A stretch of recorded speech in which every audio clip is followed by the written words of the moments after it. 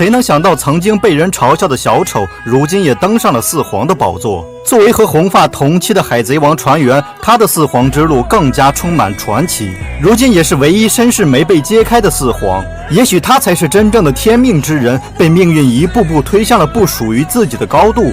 他起初对不切实际的梦想不感兴趣，而是一心追寻宝藏。可就在自己幻想用恶魔果实换钱时，却被身后的红发打断，变成了不会游泳的旱鸭子。自己费尽心机找到的藏宝图也沉入海底，可他依然没有失去对宝藏的渴望。不能深入大海寻找宝藏，那就潜入地底。在被路飞打败后，他有次挖宝竟然挖到了海军基地，但福祸相依，在被抓到海底监狱后，他又碰巧遇见了越狱的路飞，还顺势俘获了一群忠心的部下。而在顶上战争一系列让人瞠目结舌的操作，让部下对他隐藏的实力深信不疑。也正是这群狂热的部下，让他引起海军重视，登上了四皇之位。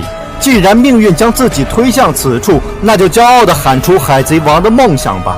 其实小时候面对着处处优于自己的红发，他难免陷入自卑。自己崇拜的船长竟然还将红发视为意志传承者，亲手将草帽送给对方，而他只能躲在角落偷偷看着。可如今不被船长看好的他，也达到了和红发一样的高度，让那些喜欢看他笑话的人成为了真正的笑话。